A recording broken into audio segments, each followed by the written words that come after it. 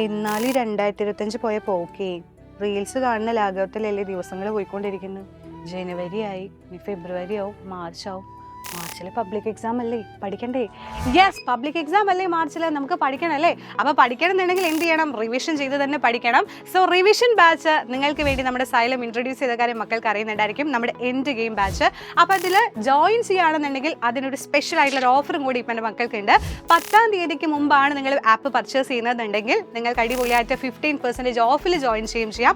അതേപോലെ തന്നെ 10-ന് മുമ്പാണ് നിങ്ങൾ അഡ്മിഷൻ എടുക്കുന്നതെന്നുണ്ടെങ്കിൽ അതിൽ നിന്ന് സെലക്ട് ചെയ്യുന്ന 5 മക്കൾക്ക് സ്മാർട്ട് വാച്ച് ഗിഫ്റ്റ് ആയിട്ട് ലഭിക്കും.